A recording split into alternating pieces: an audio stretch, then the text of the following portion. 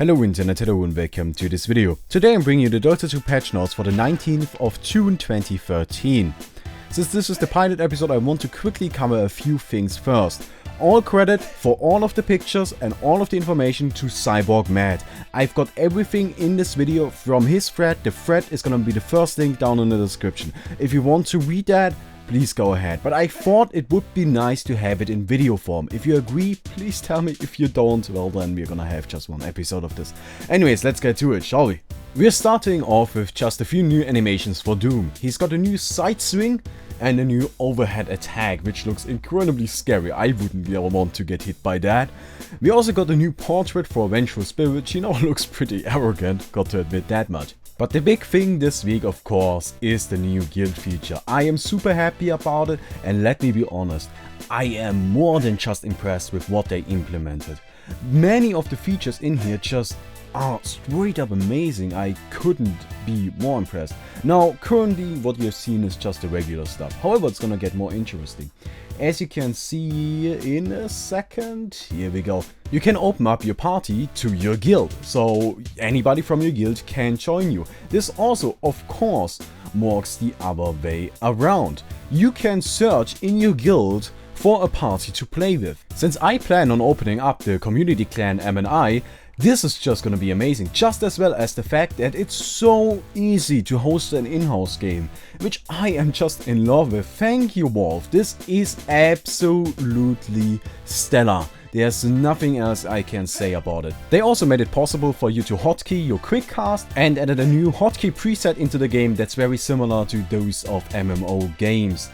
Then we've got new particle effects for the workshop. I myself don't really know what this means, so sorry about that. And the matchmaking regions are now sorted by distance. The interface will now also show you if the region is available. Waiting for players now also includes spectators, so that's something nice. We've got quite a bunch of new things for the compendium, so if you haven't gotten one yet, why are you even in existence? Please go get one. I want more battle points, please. All of the items in the store and in your backpack now have got a new background. The new background is much brighter, makes the shaders stand out more, and it's just generally supposed to look a little bit better and clearer. From this point on, we will be talking about the new cosmetics that got implemented into the game. We've got a new set for Centaur Warrunner, which is called Warrior of the Steppe.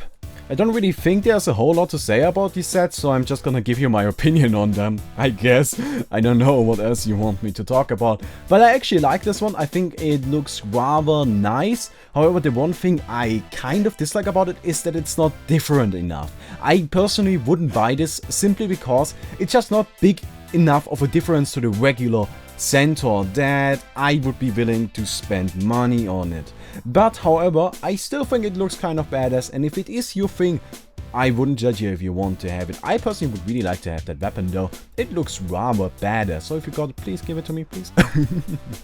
Oh well, so much for him. Then we've got a new Faceless Void set. This one is called Acolyte of the Classes.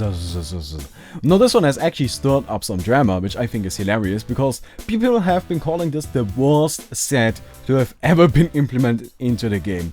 I've got to admit that I don't really like it either, but saying that it is the worst set in the game might be going a little bit too far. Yes, it's not pretty, and yes, it probably won't be popular, but I'm willing to admit that that scarf looks kind of badass, and I would like to have that, maybe combined with a few different items. Now the next one is probably a highlight for a lot of people, the Tools of the Mad Harvester set for Punch. Now this one, he's got this kind of Jason mask going on, which I don't know if I'm a big fan of it, and I don't know, does he have intestines around his shoulder and stomach? This looks really weird, I've got to admit that. But I guess Punch is not supposed to be pretty. But however, I really like that machete. That one looks awesome. I've got to admit that. Like, that one is just freaking amazing. Yes, the one that's on screen right now. I want to have that one. I want it. I also want the mask. I want those two items out of this set so bad. But honestly, I can pass on the others. It's just not quite my thing. But I can definitely see if you would love this one. Like, it's just a generally really great set. Next up is the remains of the Dread Knight set for Skeleton King. He's got kind of a badass crown going on, and I really like that cape. I don't know what's up with me and capes, but I think they are awesome. But of course we also have to keep in mind that capes are no good. Capes kill you. Don't use a cape ever. No. Capes are not a good idea whatsoever. I, however, still think they look pretty badass. Oh well. I, again, wouldn't be willing to spend money on this one, because it's just not different enough. But we've got one coming up that's really freaking amazing. I love the next one. This one is called Regalia of the Bone Lord set. Another set for Skeleton King, yes indeed. And I love the shoulder armor. It's just amazing. Look at this. Oh my god. You need both though. One doesn't do the trick. You need both. And you're gonna have this one arm plated in armor. I just think that's badass. The cape too. It's not only a cape, but it's roughed up. I'm sorry, that's just I just want this one. I want this one so bad. Okay, I actually might be buying that one. I'm sorry. I'm fanboying out right now, but I just think this one is absolutely great. Anyways, then we've got a Skywrath Mage set. This one is called Night Watchers set. He's kind of an O, or I don't really know what he's supposed to be.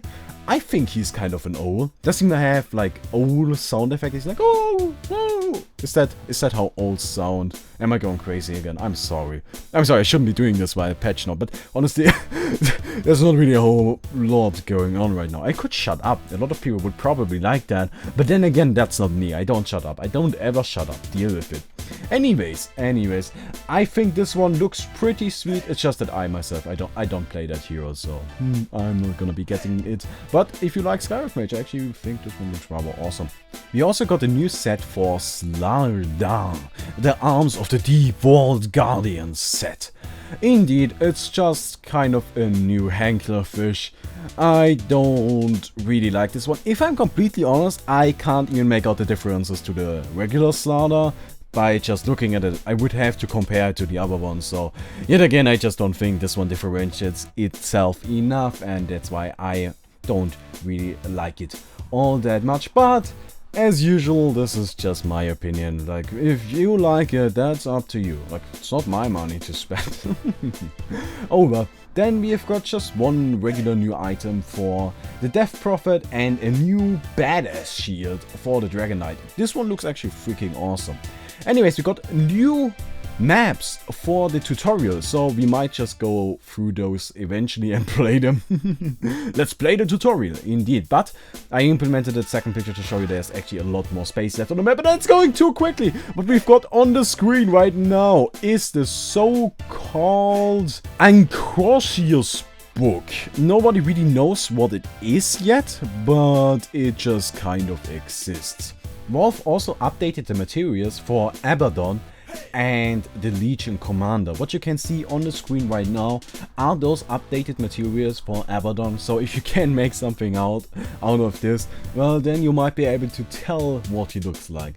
Looks like he's gonna be a lot of blue and a lot of purple, just like Abaddon back in the day. He was a lot of green and a lot of blue, but there's really not a major difference going on there, is there? Anyways, I actually kind of like this color set, but whatever, what am I talking about? Colors right now? I don't know, I just thought this would be interesting to implement in here as well. Then we've got the Legion Commander coming up. This one is really interesting to me because I didn't expect him to be one of the next heroes, but I guess we're gonna have Abaddon and Legion Commander next. Super excited about the Legion Commander. Anyways, I left out a few team banners simply because I just didn't think it was worth anyone's time, and a few sound effect changes that would have just taken up too much time and not really be interesting at all. Anyways, hope you enjoyed this video. If you did, please don't forget to leave a rating on the video, and see you tomorrow. Bye!